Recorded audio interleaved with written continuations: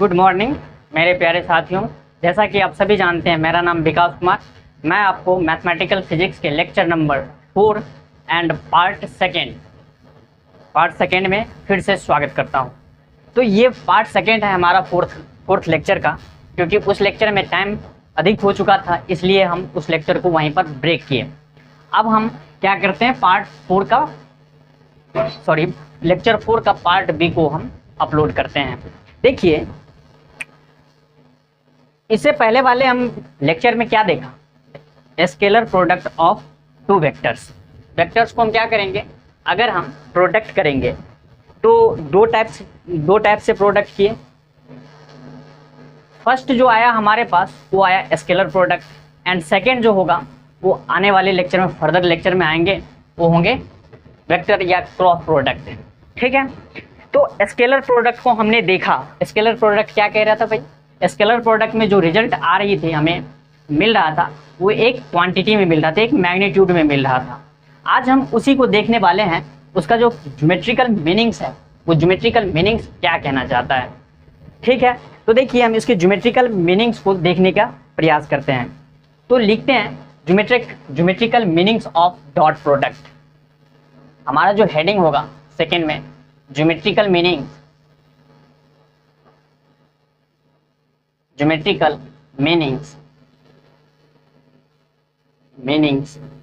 Of dot product. Dot product का geometrical meanings क्या है। सपोज कीजिए कि हमारे पास एक वेक्टर है, ये वेक्टर क्या है, वेक्टर ए। इसको हम लेते हैं वेक्टर ए लेते हैं। ठीक है, थोड़ा सा बड़ा लेटर में वेक्टर ए है। और सेकेंड जो वेक्टर है हमारे पास, वो क्या है, वेक्टर बी। ये क्या है, वेक्टर बी। ठीक है, और इन दोनों वेक्टर के बीच का जो एंगल है, angle between them is theta. ठीक है, इस पॉइंट को जहां से दोनों वेक्टर्स इजेक्ट हो रहे हैं, उसको हम ओ लेते हैं, ओ पॉइंट एज्यूम करते हैं। एंड इस पॉइंट को हम क्या कहते हैं भाई, इस पॉइंट को ए बोल देते हैं। फर्स्ट वेक्टर के इस पॉइंट को ए बोल देते हैं। तो यहां पर देखिए, अगर हम बी वेक्टर का क्या करते हैं, प्रोजेक्शन लेते हैं। इस बी वेक्टर का प्रोजेक्शन लीजिए, किस पर, वेक्टर ए पर प्रोजेक्शन अगर आप लेते हैं तो रिजल्ट क्या आएगा भाई। तो देखिए सिंपल, हम क्या करते हैं, इस पर प्रोजेक्शन लेते हैं 90। इस पर प्रोजेक्शन जैसे ही हमने डाला, आखिर ये प्रोजेक्शन कैसे आया बताओ। तो आप क्या कीजिए, एक टॉर्च लीजिए, एक लाइट लीजिए और यहाँ पर डालिए, तो उसकी जो शैडो फॉर्म होगा, क्या होगा, शैडो फॉर्म होगा। तो शैडो कहाँ तक फॉर्म होगा, यहाँ तक फॉर्म होगा। तो उसी को हम क्या कहते हैं, प्रोजेक्शन। इस पर हम क्या कर रहे हैं, प्रोजेक्शन ले रहे हैं, और शैडो यहाँ पर, और ये हमेशा शैडो जो होगा वो 90 डिग्री के एंगल को परफॉर्म करेगा। तो यहाँ पर कितने होंगे, 90 डिग्री एंगल होंगे। ठीक है, और जिस पॉइंट पर आया उस पॉइंट को मान लेते हैं M, और इस पॉइंट को क्या मानते हैं, सपोज कीजिए B माने।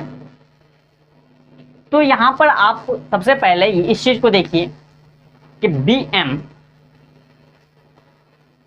यहां पर देखिए OM क्या है, projection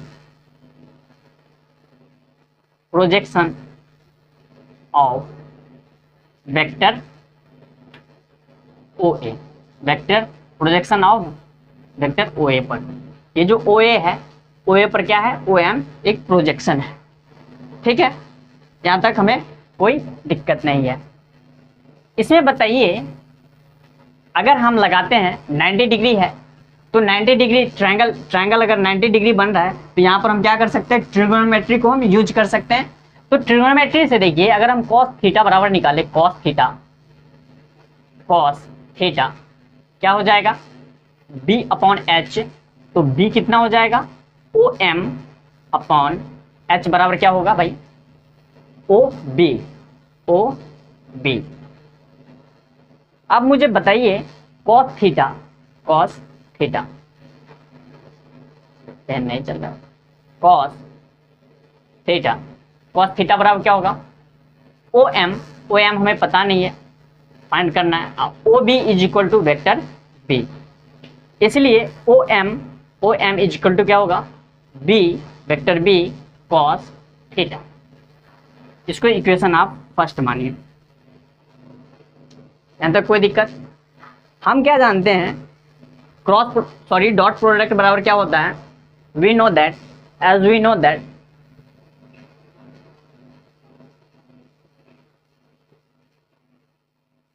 vector A dot vector B, vector A dot vector B बराबर magnitude of vector A magnitude of vector B cos theta, cos theta. तो देखिए अगर हम बात करें कॉस थीटा, सॉरी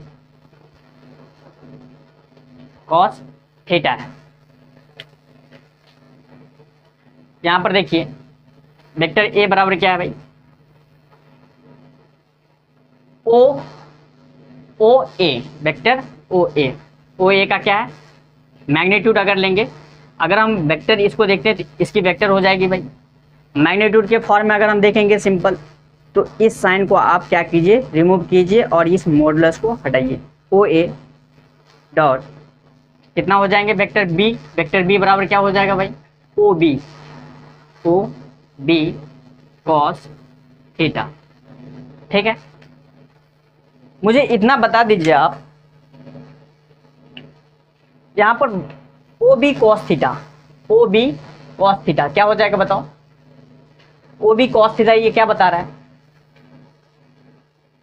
ओ बी कॉस थीटा कहाँ है, बी कॉस थीटा होगा। ओ बी कॉस थीटा की जगह पर क्या ले लेगा भाई बताओ, ओ बी कॉस थीटा की जगह पर ओ एम लेंगे या नहीं लेंगे बताओ।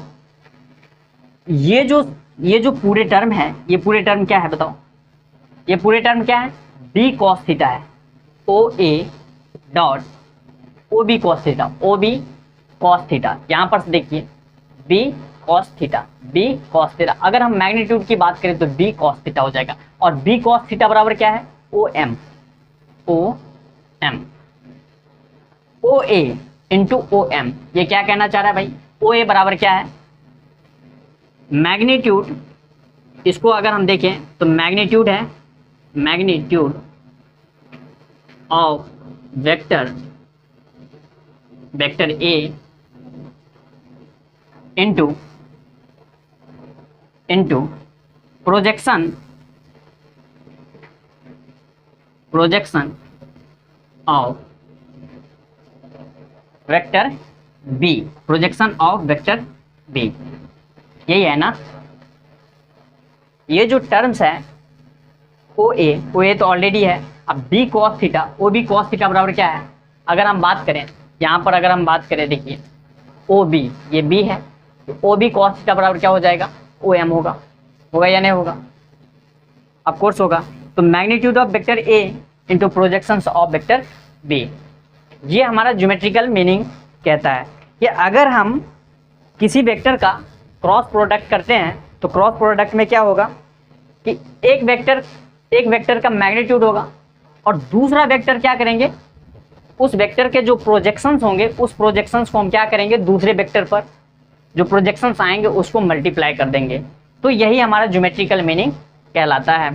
तो देखिए अगर हम लिखें यहाँ पर ज्योमेट्रिकल मीनिंग, तो vector A dot vector B is equal to क्या हो जाएगा, magnitude of vector A magnitude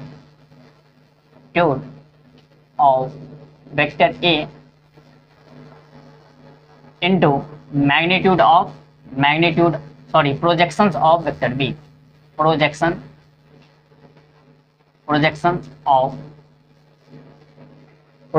of vector B on इस पर वेक्टर ऑन वेक्टर ए। ठीक है, ये हमारा क्या निकल के आया, ज्योमेट्रिकल मीनिंग निकल के आया। ठीक है, तो ज्योमेट्रिकल मीनिंग इतना ही शॉर्ट था।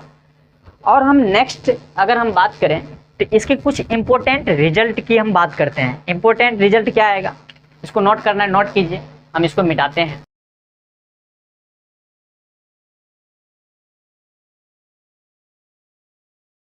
सम इम्पोर्टेंट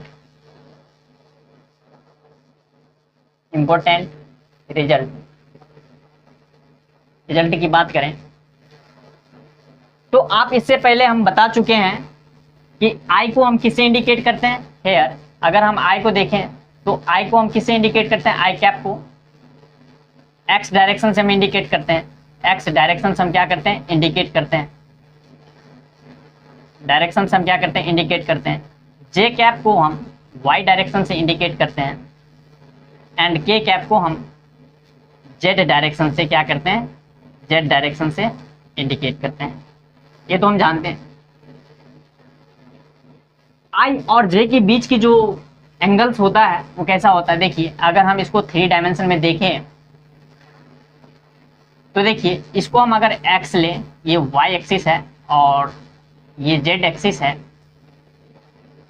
तो देखिए एक्स और वाई के बीच का जो एंगल है वो 90 डिग्री होता है, वाई एंड जेड के बीच का जो एंगल होता है वो भी 90 डिग्री होता है और जेड और एक्स के बीच का आल्सो 90 डिग्री। तो अगर हम unit vector co dot product करेंगे तो रिजल्ट क्या आएगा उसको हम देखते हैं। अगर हम बात करें फर्स्ट में, अगर हम आई कैप को डॉट प्रोडक्ट करते हैं आई कैप से तो क्या होगा, आई कैप डॉट आई कैप, इन दोनों के बीच का जो एंगल है वो कितना है, 0 डिग्री, क्योंकि आई कैप इस डायरेक्शन को इंडिकेट करता है, इस डायरेक्शन को आई कैप इंडिकेट करता है, इस डायरेक्शन को वाई जे कैप इंडिकेट करता है और इस डायरेक्शन को के कैप इंडिकेट करता है। तो इसी पर जो वेक्टर ओवरलैप करेंगे तो इन दोनों के बीच का वेक्टर आई, फिर वेक्टर आई को हम इंडिकेट करेंगे, इस पर हम प्रोडक्ट करवाएंगे तो क्या होगा, सिंपली इसका रिजल्ट क्या आएगा भाई बताओ। देखते हैं क्या होता है, वेक्टर आई का मैग्नीट्यूड, वेक्टर आई का magnitude, vector A into vector B, vector A into vector B और cos theta, theta equal to कितना होगा, 0 डिग्री।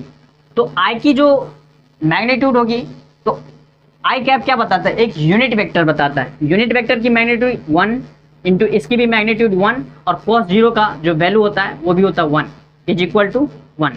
इसका मतलब क्या हुआ, I cap dot I cap is equal to 1। तो हम further we can written as, हम कैसे लिख सकते हैं, अगर हम बात करें कैसे लिख सकते हैं, सेकेंड में J cap dot J cap is equal to also 1 and next third में अगर हम लिखें K cap dot K cap is equal to also 1।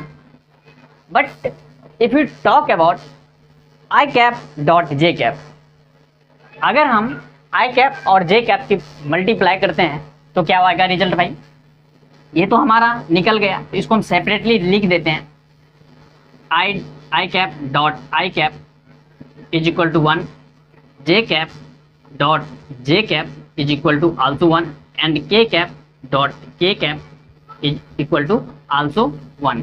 ये मेरा हमारा एक इम्पोर्टेंट रिजल्ट निकल के आता है।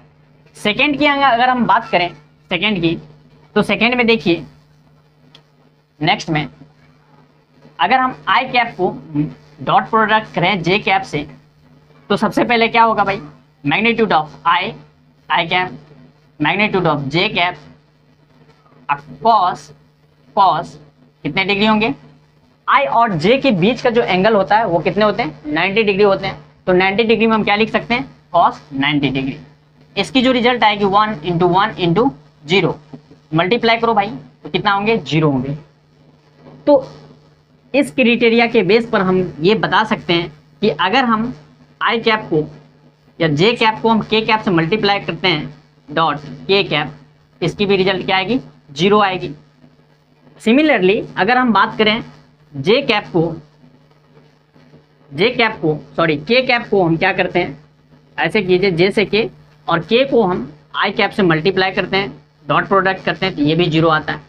इसी प्रकार अगर हम बात करें आई कैप को जे से मल्टीप्लाई किए, जे कैप को आई से हम क्या करते हैं, J cap dot I cap, result will also 0, result will 0 and also K cap dot J cap, K cap dot J cap, result will 0 and similarly I cap dot K cap, I cap dot K cap, it will be also 0। तो ये हमारा क्या है, important result निकल के vector से आता है। चलिए यहां तक पहले नोट कीजिए, ठीक है। यहां तक अगर नोट हो गया होगा तो हम नेक्स्ट हेडिंग की ओर बढ़ते हैं। नेक्स्ट है हमारे पास cosine rule, cosine law. Cosine law क्या होता है बताओ? छोटा छोटा था पॉइंट था, ये सब आप 11-12 में पढ़ के ही आए होंगे, तो थोड़ा सा हम इसको रिवाइज करके लिख देते हैं, एक नोट बन जाएगा।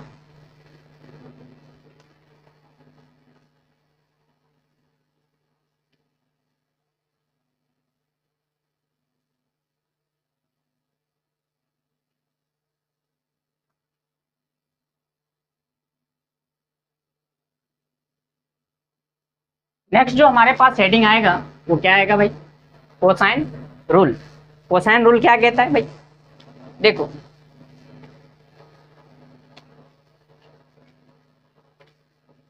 सेकंड जो है हमारे पास कोसाइन लॉ या कोसाइन रूल।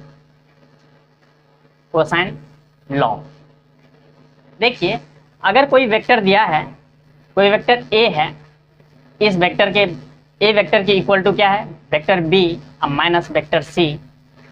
तो ऐसा वेक्टर है, तो इस वेक्टर पर अगर हम कोसाइन रूल लगाएंगे तो कोसाइन रूल में क्या होगा भाई बताओ? कोसाइन रूल क्या कहता है कि सिंपली अगर हम इस वेक्टर का कोसाइन रूल लगाते हैं तो A square is equal to B square plus C square minus 2bc। ये क्या हो जाएंगे?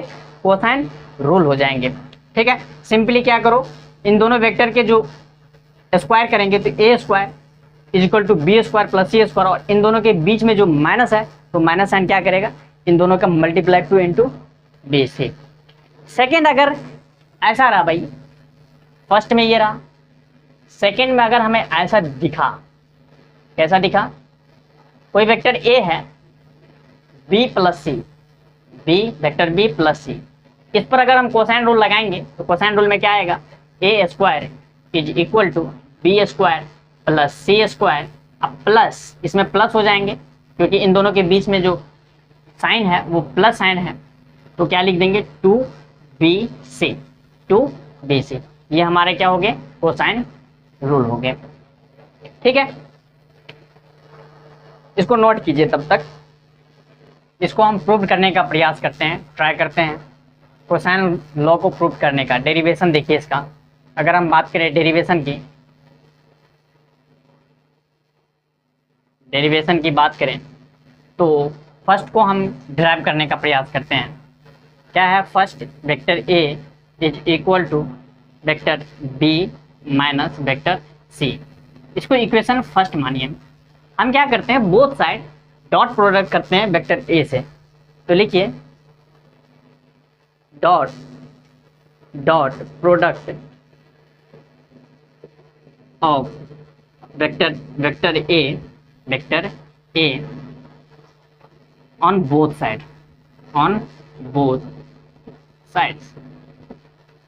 तो देखिए अगर हम डॉट प्रोडक्ट करते हैं तो ए से अगर डॉट प्रोडक्ट करते हैं तो A dot A is equal to vector B minus vector C और dot A. Okay, dot product हमने इसको किया तो A dot A is equal to क्या हो जाएगा? इन दोनों के बीच का जो एंगल होंगे वो क्या होंगे? 0 डिग्री, एंड 0 डिग्री एंगल होंगे, इन दोनों का सिंपली मल्टीप्लाई होगा, A into A is equal to A square. अब देखिए इसमें हम डिस्ट्रीब्यूटिव लॉ लगाएंगे तो डिस्ट्रीब्यूटिव लॉ से क्या हो जाएगा बताओ? या डिस्ट्रीब्यूटिव लॉ नहीं लगाओ तो वेक्टर ए, ये जो वेक्टर ए है, इस वेक्टर ए के हम जगह पर क्या लिख सकते हैं? ये वेक्टर लिख सकते हैं बी माइनस सी। ओके, तो देखिए vector B minus vector C dot A के जगह पर हम क्या करते हैं? इस इक्वेशन फर्स्ट को यूज करते हैं, vector B minus vector C using equation first equation को अगर हम यूज करते हैं तो यहाँ पर A square is equal to, multiply कीजिए, सिंपली डॉट प्रोडक्ट कीजिए, बी फिर b dot C minus vector b dot vector c, फिर क्या है, अब c से करते हैं minus c dot b vector c dot vector b, फिर क्या करते हैं माइनस c डॉट c, तो क्या हो जाएंगे माइनस माइनस प्लस और c dot c is equal to c dot c। ठीक है, अब देखिए A square is equal to b dot b is equal to angle between b vector b and b is 0 degree, and when angle is 0 degree then dot product of this vector will also multiply by each other, तो b into B is equal to B square minus B C, यहाँ पर b dot सी है और c dot b है, तो हम क्या बताएं b डॉट सी को c डॉट b भी लिख सकते हैं या c डॉट b को b डॉट c भी लिख सकते हैं, तो यहाँ पर हम क्या लिख देंगे b डॉट c, देन इसको हम क्या लिख सकते हैं आल्सो c डॉट b को b dot c plus c dot c is equal to c square.